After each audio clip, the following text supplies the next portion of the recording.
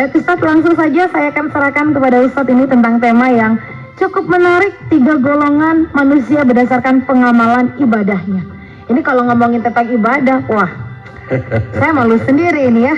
Tapi mari kita langsung serahkan kepada Ustadz. Monggo Ustadz. Oke, makasih. Assalamualaikum warahmatullahi wabarakatuh.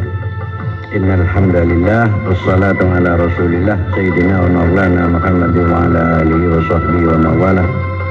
Allahumma shalli ala sayyidina Muhammadin abdika wa rasulika nabiyir rahmah wa ala alihi wa sahbihi wa sallim. Adada ma ahata bihi ilmuka wa jara bihi qalamuka wa nafaja bihi ilmuka. Allahumma ya man biyadihi khazainus samawati wal ardi wa may yaqul. Untuk umat Islam semuanya dan untuk pencinta radio Pasopati 99,4 rahimakumullah jami'an. Ya tepatlah kebagian giliran saya kepingin sedikit ingin mengutip menyampaikan 3 golongan manusia sambil berjalan. Mbak Ocha, takut ada pertanyaan di pertengahan jalan karena ini adalah radio siaran menjelang berbuka Ramadan. Kalau ada pertanyaan, siapa tahu ada pertanyaan dari audien, dari para pencinta di rumah masing-masing, monggo dibuka dan diterima saja. Yang tahu mari kita jawab, yang tidak tahu ya tidak usah dijawab, kan seperti itu. Masyiral hadirin di rumah masing-masing, para pencinta radio bukan romantika ini berarti apa Pasopati. Pasopati Ustaz. Biasa romantika ini. Radio Pasopati 99, para pemirsa, apapun ibadahnya, apa itu ibadah puasa, apa itu ibadah sholat, apa itu ibadah zakat, dan ibadah-ibadah yang lainnya yang menjadi tuntunan di dalam Islam, apapun itu tuntunannya, pandangan Al-Quran terhadap manusia itu hakikatnya sebenarnya ada 3 golongan manusia. 3 golongan manusia itu sudah tertera di dalam Al-Quran dan justru itu diletakkan di lembar yang pertama di surah Al-Baqarah itu. Para pemirsa, Islam itu dibawa oleh Nabi Muhammad. Berarti Islam itu ada ajarannya dan ada tuntunannya. Tetapi dapat disimpulkan apa yang ada di dalam Islam itu sebenarnya manusia itu ada 3. 1, umat Muhammad itu pasti nomor 1 alladzina yu'minuna bil ghaibi wa yuqimunas salata wa mimma razaqnahum yunfiqun. Dan itu tertulis, termaktub, ada di dalam Al-Quran, justru itu di lembar yang pertama. Semua orang itu pasti mengetahui terhadap bacaan ini. Bismillahirrahmanirrahim. Alif Lam Mim. Dzalikal kitabu la raiba fihi hudan lil muttaqin.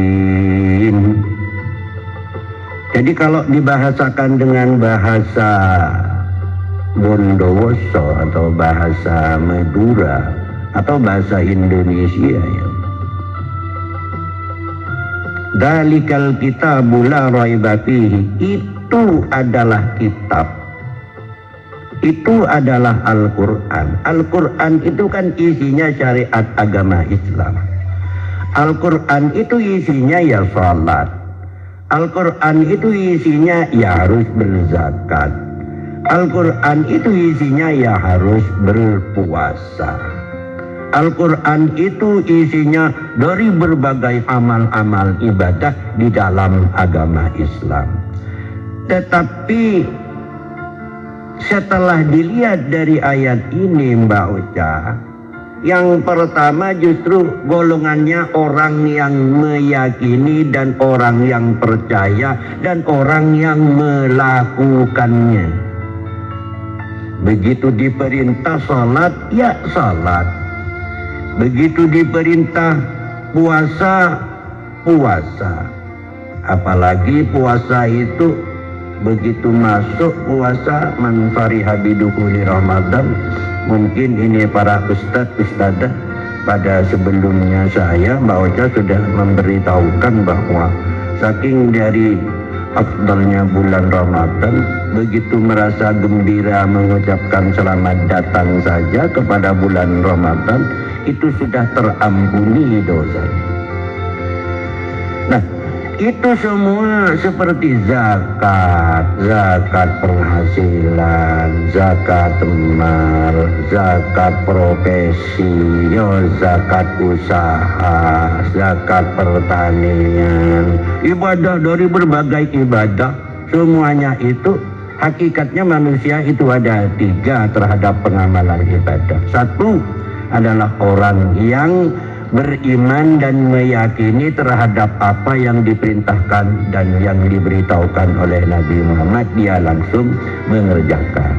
Mohon maaf Mbak Ica, sampean kalau berpuasa, sekali berpuasa yuk berpuasa, sekali Islam sama yuk Islam, sekali melakukan dan meyakini terhadap Ramadan. Jangan lupa, jangan mentang-mentang kita itu bisa memberitahukan, mengajak setiap orang melalui siaran radio ini, lalu kita lupa untuk memberikan 2,5 kilogram diberikan sebelum salat Id dilaksanakan. Alladzina yu'minuna bil ghaibi wa yuqimuna as-salata wa mimma razaqnahum yunfikun. Ayat ini Mbak Ocha bisa diartikan juga terhadap orang-orang yang punya rezeki, rezekinya diberikan kepada orang agar supaya lebih bermanfaat. Bisa juga diartikan ayat ini adalah bentuk pengamalan orang yang mengamalkan berzakat di bulan Ramadan atau berzakat dengan harta yang dimilikinya.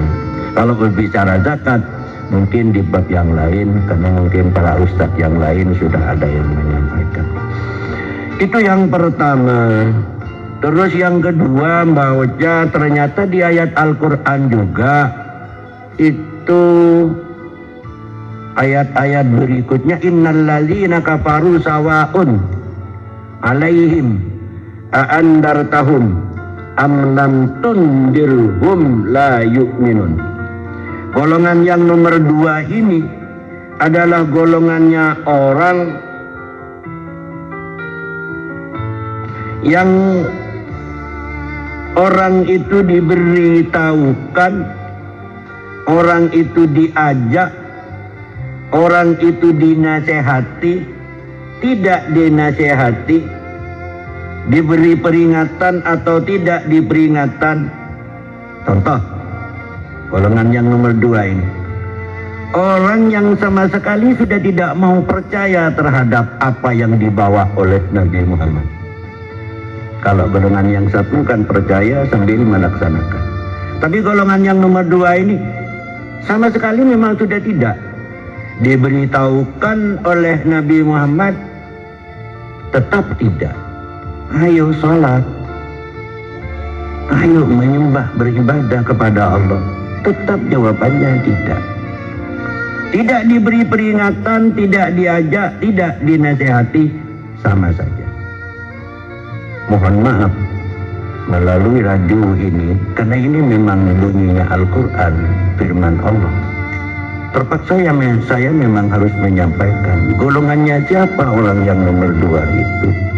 Pandangan agama Islam adalah golongannya orang-orang yang diberi nama orang kafir. Lalu orang kafir itu siapa? Kata Islam, kata Al-Quran, orang kafir itu ialah orang yang tidak mau meyakini kepada Nabi Muhammad dan tidak mau percaya sama sekali terhadap apa yang dibawa oleh Nabi Muhammad.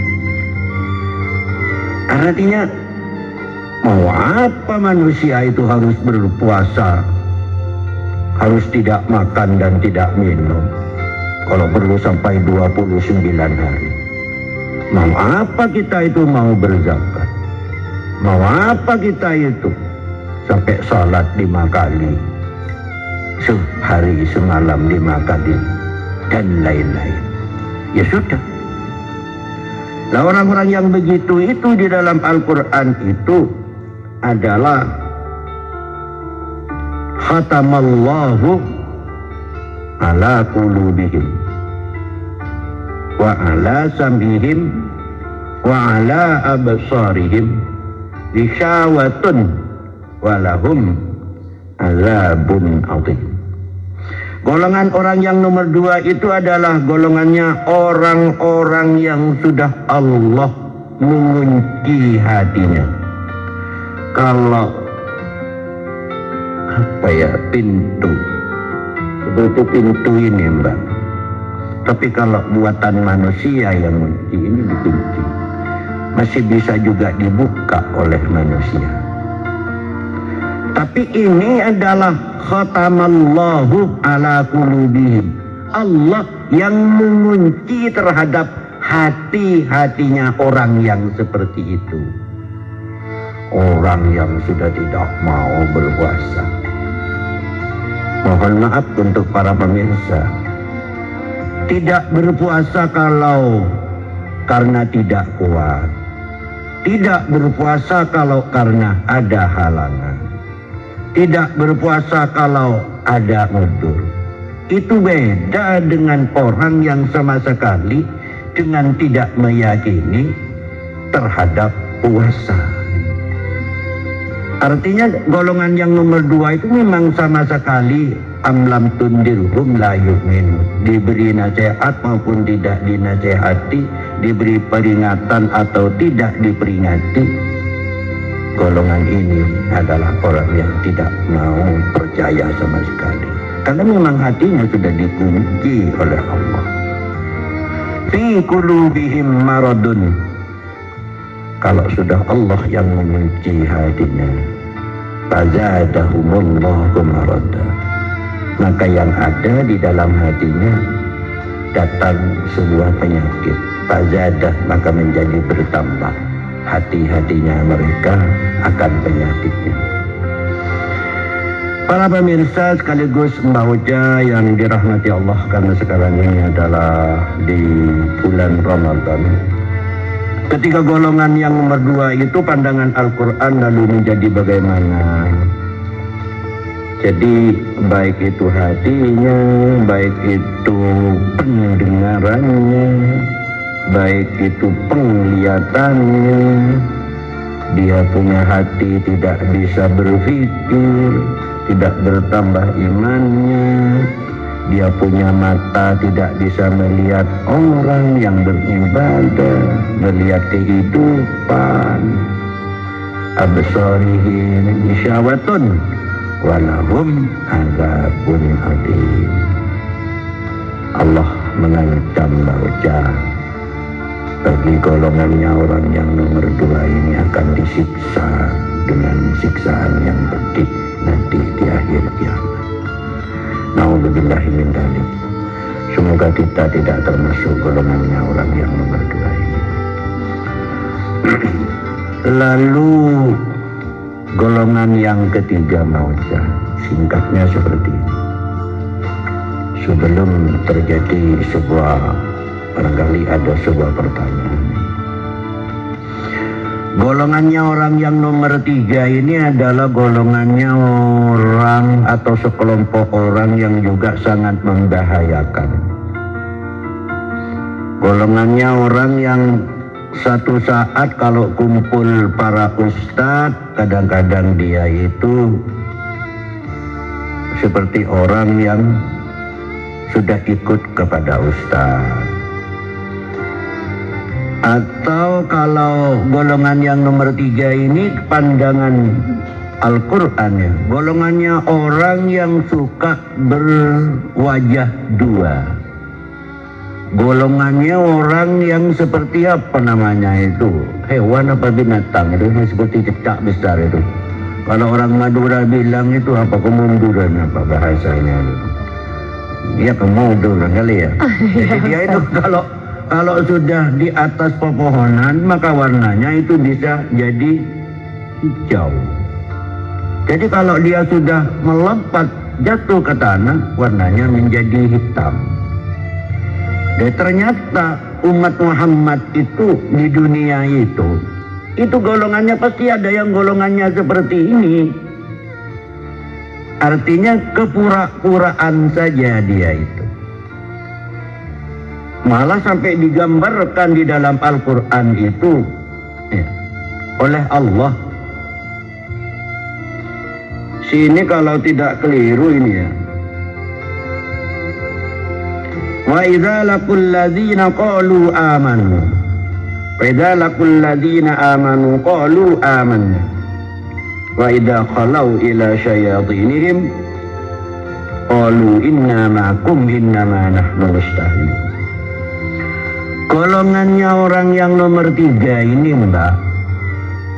Dulu masa para sahabat, masa Nabi masih ada, ketika diajak oleh Nabi dan diperintahkan oleh Nabi, "Fadalakul ladina amanu." Apabila dia dikatakan kepada orang-orang, kepada golongan nomor 3 itu, anehnya dia itu jawab kepada Nabi, qalu amanna. Orang Bondowoso bilang itu begini ya, punten Gusti, abdi beriman gak keajunan. Punten Gusti, abdi cek percaya ke panjenengan pun apa, cek mun panjenengan diangkat Nabi ben diangkat Rasul ben Gusti Allah. Ben pun apa sih fakta ben ajunan abdi yakin, abdi mau ngelakonin, abdi mau ngelaksanakan. Jadi ketika sudah itu ketemu dan bercampur baur dengan pepohonan, ya warnanya hijau itu.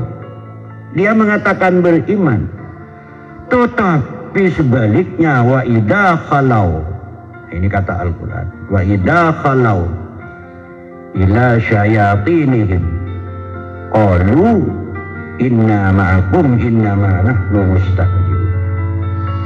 Ketika sudah berpaling dengan Nabi Muhammad, ini yang kurang ajar. Wa idza khalau ila syayatinihim, apabila sudah berpaling dari Nabi Muhammad, mereka itu kembali berkumpul bersahabat dengan setan-setannya. Qalu inna ma'akum innama nahnu mustahzi'un. Sesungguhnya mereka itu tidak bersama dengan Nabi Muhammad, cuma mereka itu tidak merasa. Artinya yang dimaksud maka mengatakan sesungguhnya kami sependirian dengan kamu hanyalah berolok-olok saja. Maksudnya sebenarnya orang itu tidak bersama dengan Nabi Muhammad, sebenarnya dia itu adalah cuma mau ngocok Gusti Nabi Muhammad. Awalnya lalu gimana orang ini? Wa minan nasi may yaqulu amanna billahi wa bil yaumil akhir wa ma hum bimu'minin. Kalau yang pertama adalah golongan orang yang beriman, dan golongan yang kedua adalah golongan orang yang tidak beriman. Lalu ada satu golongan di tengah-tengahnya. Di tengah-tengahnya itu tidak beriman ya dan tidak beriman, beriman dan tidak beriman. Gimana ini ya? Berarti golongan yang ketiga itu golongannya orang yang munafik. Fi qulubihim maradun fazadahumullah. fazadakumullahu marada wa lahum adzabun alimun bima kanu yakdzibun. Golongannya orang yang nomor 3 itu bakal mendapatkan sisaan yang sangat pedih karena perbuatannya dia. Kalau ketemu dengan Nabi, dia merasa dan mengaku beriman. Kalau ketemu dengan orang, mohon maaf untuk para pemirsa di rumah, para pencinta Radio Pasopati 99,4. Ini adalah suara Al-Quran, ini adalah dawuh Al-Quran, ini adalah dawuh Allah di dalam Al-Quran. Sebenarnya manusia yang paling berbahaya adalah yang golongan nomor 3 ini. Siapa golongan yang nomor 3? Bahasa lainnya disebut adalah golongannya orang yang munafik. Orang munafik itu memang lebih parah, lebih pedih siksaannya daripada golongannya orang yang nomor 2. Orang golongan nomor 2 itu Mbak, karena memang hatinya dia itu tidak mendapatkan hidayah. Sama sekali memang dia itu sudah tertutup hatinya. Tapi kalau golongan yang nomor 3 ini bukan tertutup hatinya, bukan. Terbuka. Cuma dia itu tidak mendapatkan hidayah gitu loh. Sebenarnya tahu dia itu. Ya mohon maaf ini. Memang orang itu ya, kalau orang tidak tahu dengan orang itu tahu, itu kan beda. Orang tak tahu dan orang tahu. Orang tidur dengan orang pura-pura tidur, itu kan tidak sama. Kalau orang tidur, begitu dibangunin, insya Allah kaget dia. Dia kaget tadi. Tapi kalau orang itu pura-pura tidur, dijagain kerja balik dicek sabun, balik dia sokonan kira-kira seperti. Oke. Nah, barangkali ada sesuatu, monggo. Ya, luar biasa, senang sekali rasanya pada sore hari ini Ustadz Ramli Hasan memberikan mukadimah yang cukup menarik. Tadi saya sangat senang sekali ketika Ustadz membacakan Al-Quran dengan nada, wah itu menyentuh hati. Dan ini sudah ada beberapa teman-teman yang juga bergabung bersama kita Ustadz, tapi melalui via WA saja. Ini saya coba akan bacakan dari Abror di kawasan Bondoso saja. Ini mau bertanya, Ustadz, saya ingin tahu kenapa ada yang menyebut bahwasanya nanti itu di hari akhir Rasulullah itu berada di kiri arsy, sementara Nabi Ibrahim ada di sebelah kanan arsy. Itu benar apa tidak? Jika benar, kenapa enggak Ustadz? Mohon penjelasannya, terima kasih. Coba diulang Mbak, takut salah saya. Diulang. Iya. Ini bertanya, kenapa Rasulullah itu ada di, nanti ketika di hari akhir itu ada di sebelah kiri arsy, sementara arsy itu surga nggak Ustadz? Ya. Sementara Nabi Ibrahim itu ada di sebelah kanan arsy. Kurang lebih seperti itu katanya Ustadz. Itu kenapa seperti itu? Apakah itu benar ada riwayat demikian atau seperti apa Ustadz? Mohon maaf, saya tidak bisa menjawab dan tidak bisa mengomentari masalah itu. Oke, siap. Kita simpan dulu mungkin ya. Takut saya kepelintir dengan masalah hal itu. Kalau masalah itu, apabila sudah berkaitan dengan masalah para nabi yang diangkat oleh Allah, para rasul yang diangkat oleh Allah, lalu pertanyaannya ada seperti itu, saya tidak mau mengomentari itu. Monggo dengan yang lain aja, Mbak. Oke, siap. Sahabat, kita simpan terlebih dahulu pertanyaannya. Ini pertanyaan cukup menarik tentang zakat fitrah, Ustadz. Assalamualaikum warahmatullahi wabarakatuh. Ini mirip-mirip dengan pertanyaan kemarin. Ada siapa namanya ini? Dari Ahmad, dari kawasan Bondoso saja. Ustadz, saya ini tidak mampu membayar zakat fitrah. Oh, tapi ini sudah sebenarnya, tapi nggak apa-apa, saya tak baca lagi. Tidak mampu membayar zakat fitrah, tapi saya ini menjadi orang yang menerima zakat dari masyarakat. Bolehkah saya menggunakan apa yang saya dapatkan itu untuk berzakat, Ustadz? Terima kasih, mohon penjelasannya. Makasih. Kalau ada orang yang bertanya zakat mal maupun zakat fitrah, hakikatnya itu termasuk semuanya itu adalah pada 8 golongan manusia yang berhak untuk menerima. Lalu sekarang ada orang yang bertanya, saya sebenarnya termasuk golongan yang 8 dan saya sendiri seumpama tidak mempunyai kekuatan dengan membayar zakat fitrah. Zakat fitrah itu ukurannya 2,5 kilo. Kalau ada orang yang kepingin untuk memberikan zakat fitrah, tetapi pada saat memberikan batas akhir zakat fitrah masih tetap dia itu tidak mempunyai, itu dengan beda dengan orang yang sudah tidak mau berzakat fitrah. Ada solusi, Mbak. Ada solusi. Makanya sebenarnya orang yang bertanya ini pinter nih. Yang bertanya ini pinter, berarti benar-benar dia itu mengimani, meyakini bahwa kalau zakat fitrah itu adalah penentu amal ibadah Ramadan. Bagus orang yang bertanya begini. Kalau dia itu menerima zakat fitrah, yuk kita lihat manfaat dan tujuannya. Tujuannya zakat fitrah itu, tujuan utama, agar supaya pada saat tanggal 1 Syawal itu tidak ada lagi orang itu merasa ada yang kekurangan untuk dimakan. Itu tujuan utamanya. Artinya tanggal 1 Syawal, tanggal 1 hari raya Idul Fitri itu tidak ada lagi orang yang mempunyai kekurangan.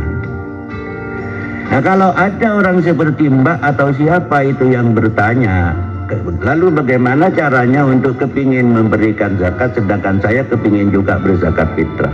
Dan zakat fitrah kalau menerima sampai 2 orang yang diterima oleh dia dan lebih untuk dimakan tanggal 1 kan sudah lebih itu. Ya berikan saja kepada orang, ini zakat fitrah saya, tolong untuk bisa diterima. Kan enak, kan bagus itu. Nggak apa-apa ya Ustaz ya berarti. Apa begitu, itu bagus, itu solusi namanya. Sekarang kalau berkaitan, mohon maaf ini, kalau sudah berkaitan dengan kepastian hukum, bertanya dengan bagaimana untuk diterima dan tidak diterima, itu bukan hak manusia, itu haknya Allah. Allah itu akan mengetahui segala akan kehidupan manusia. Oh, si A ini karena saking kepinginnya dia itu mau berzakat fitrah, dia cuma menerima 5 kilo untuk tahun ini. Yang 5 kilo tanggal 1 bulan Syawal masih tinggal 1/2 kilo dan cukup untuk dimakan 1 hari. Baiklah kalau seperti ini akan saya berikan kepada orang karena masih orang ada yang membutuhkan. Betapa mulianya orang seperti itu Mbak. Amin. Mudah-mudahan Mas Ahmad yang bertanya ini salah satu diantaranya. Ya. Baik, ini ada pertanyaan lagi Ustaz, menarik dari Mbak Uul di Bondowoso saja. Di Bondowoso saja. Ustadz, mohon penjelasannya tentang perbedaan sebenarnya siksa neraka itu, siksa kubur itu apakah berbeda dengan siksa neraka atau sebenarnya siksa kubur adalah bagian daripada replikasi siksa neraka? Mohon penjelasannya Ustadz. Terus mohon juga minta doa-doanya agar orang tua saya terbebas dari siksa neraka dan siksa kubur, untuk saya doakan. Mohon penjelasannya Ustadz, terima kasih. Sebelum saya menjawab pertanyaan itu Mbak, barangkali ada manfaatnya dan semoga yang bertanya ini mendengar atau ikut pada acara ini. Tanda-tandanya orang yang bertanya seperti itu berarti adalah orang yang biasanya sudah tidak punya orang tua, atau salah satu di antaranya bapak atau ibu orang yang bertanya ini berarti sudah meninggal. Kalau pertanyaannya seperti itu, terlepas orang itu punya orang tua dan tidak punya orang tua Mbak, bagi seseorang yang berpikir setiap harinya akan dosa, berpikir setiap harinya akan siksa neraka, berpikir setiap harinya akan siksa di dalam kubur. Itulah orang yang dinamakan orang beriman. Tanda-tandanya orang yang beriman seperti itu. Lalu beda dengan orang yang setiap harinya tidak mikir. Bangun tidur diberi nyawa lagi oleh Allah, bangun tidur sampai tidur lagi, tidak mau berpikir bagaimana nanti nasib di alam kubur, terus bagaimana. Begini Mbak, kan diberi nama alam kubur ya karena kubur lagi. Alam kubur itu nama lainnya itu alam barzah, bukan alam akhirat, alam barzah. Alam barzah itu barzahun. Barzahun itu artinya pemisah. Alam pemisah antara roh manusia waktu dia itu melekat sama daging dan tulangnya, dan roh itu sudah keluar dari daging tulang darah manusia. Bahasa kesimpulan Candeng Matura, dia sudah berada di alam kubur, apesta. Pemisahnya itu bagaikan kaca kriben, Mbak. Ya, kaca kriben itu kalau dilihat dari dalam, orang yang ada di dalam itu bisa melihat kepada di luar. Tapi kalau di luar, orang itu tidak bisa melihat yang di dalam. Orang mati itu, barzahunnya itu dibarzahunkan dengan satu kaca yang tidak bisa melihat. Orang hidup itu tidak bisa melihat rohnya orang mati, tapi rohnya orang mati bisa melihat terhadap orang yang hidup. Kalau orang seperti ini, Mbak, sempurna iman seseorang. Seperti yang bertanya, lalu bagaimana caranya orang tua kami agar supaya kami gitu untuk melepas dosa-dosanya orang tua kami. Sebelum saya jawab itu, saya mau narasikan dulu.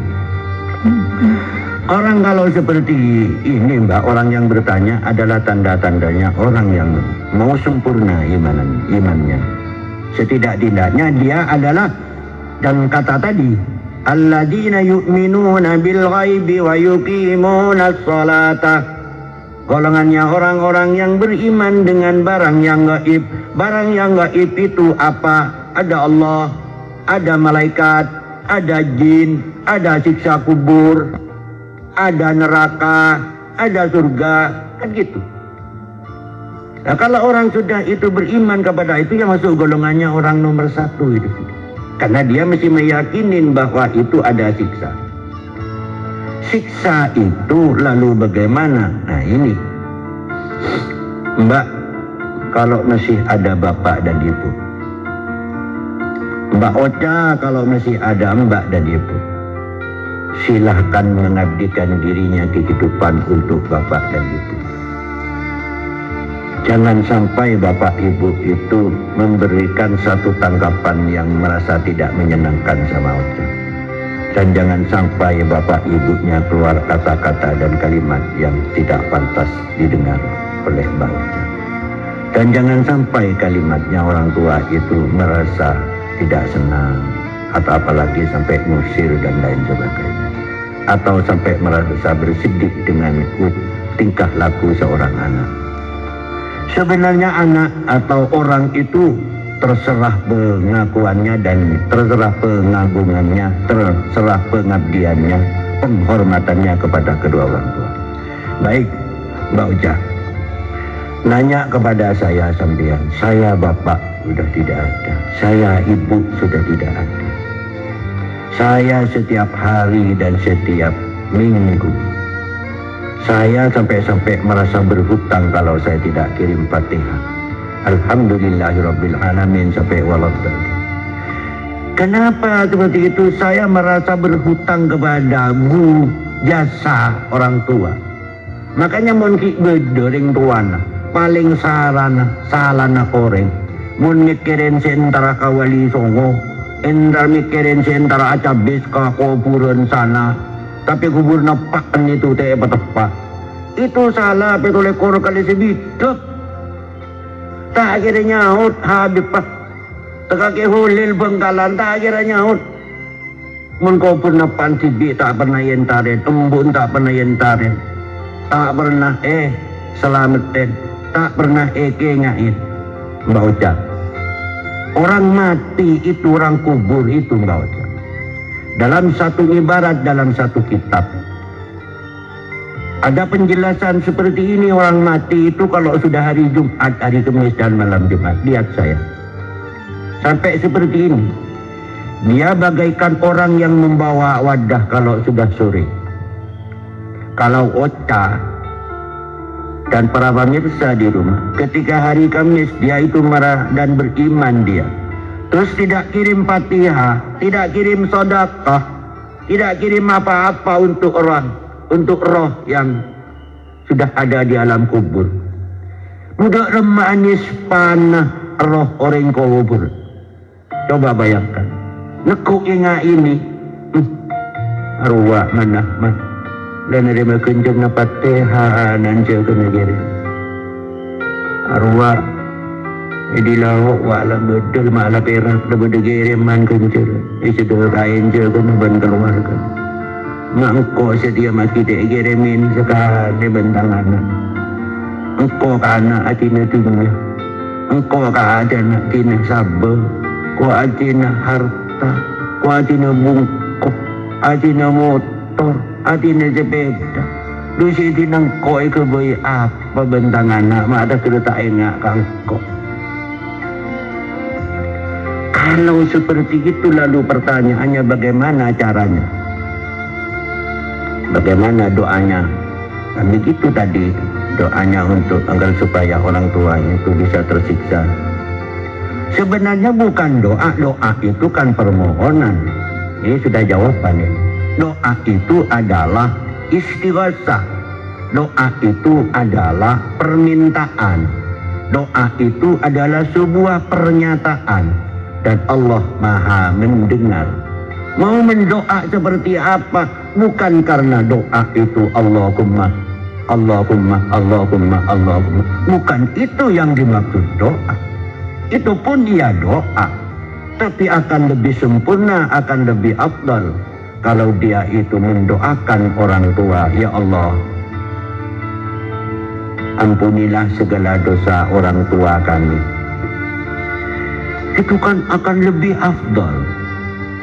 Jadi ampunilah, berikanlah rahmat ampunannya, ya Allah, pada kedua orang tua kami di alam kubur, sehingga kedua orang tua kami terlepas dari siksa kubur.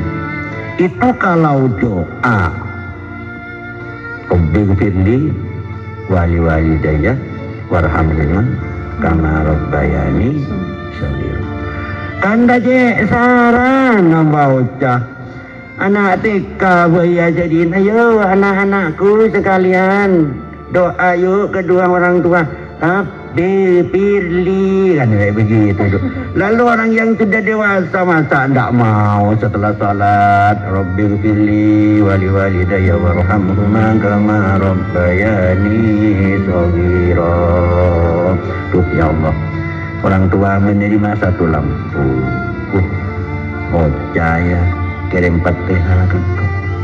Ustaz, ini juga berlaku untuk kakek, nenek, mbah buyut juga ya, walaupun cucu yang mengirimkan itu juga masuk ya.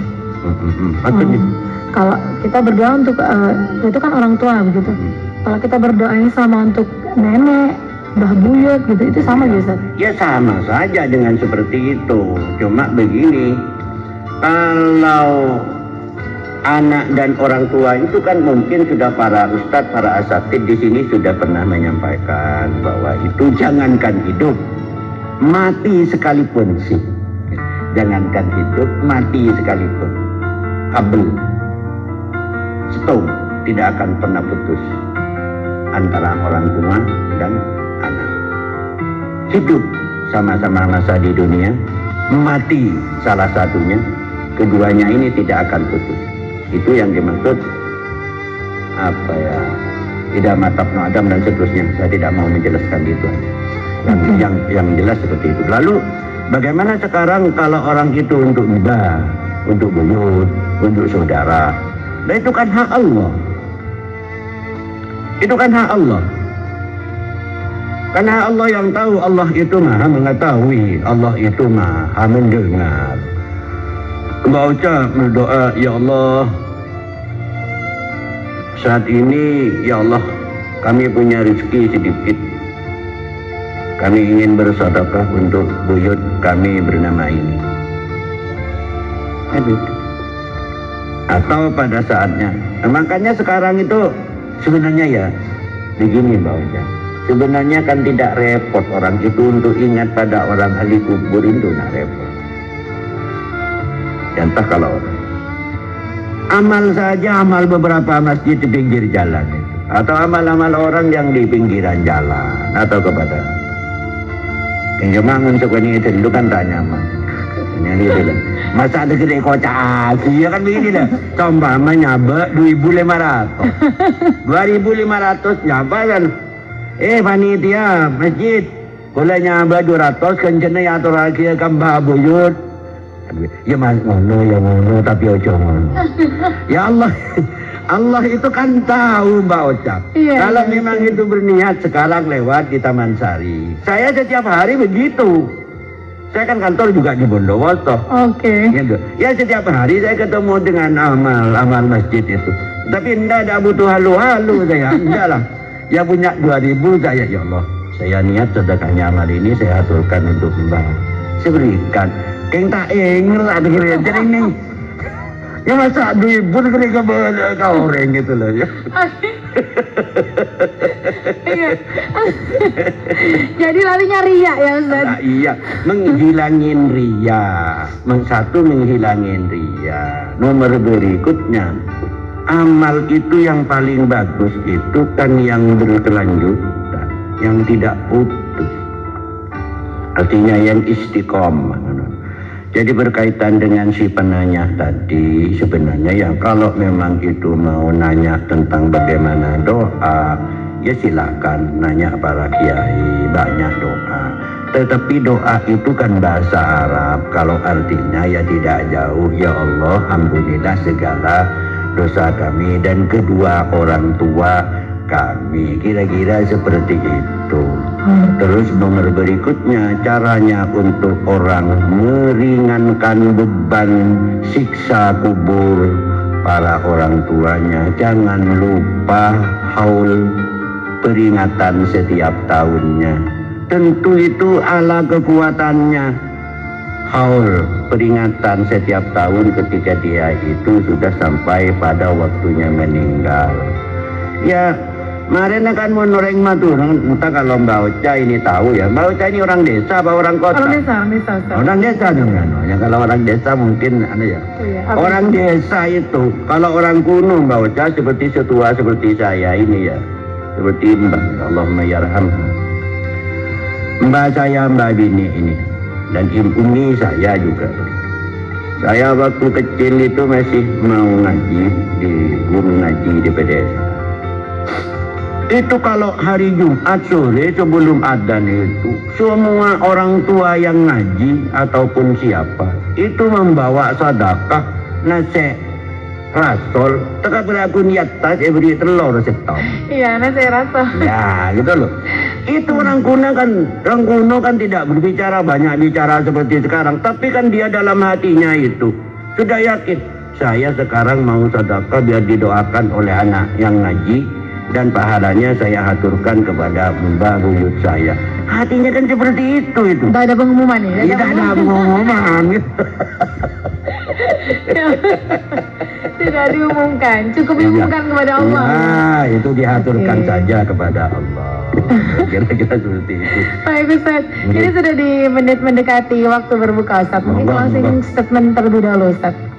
Penutup terlebih dahulu Ustaz. Baik, terima kasih. Jadi manusia itu memang apabila sudah selalu ingat dengan akan siksa kubur, ya selalu ingat dengan amal ibadah kita, insya Allah itu adalah menjadi tanda-tandanya orang yang beriman. Terkait dengan masalah hal bagaimana itu berzakat, bagaimana itu berinfak dan bersedekah, insya Allah Basnas aman regulasi, aman syar'i dan aman LKI. Lebih baik yuk kita semuanya berzakat melalui Basnas Bondowoso. Terima kasih Mbak Ocha. Siap, Dan Ustaz, untuk terima semua kasih. para pemirsa talangkong saporana menabi beda setong hal se nyinggung tak pada saya saporana atau beda setong nyanyian dari Jember motor kuning dari Dejah malah support ning atas para motor kuning dari para pemirsa seteje salah luput namun saporana. Barakallah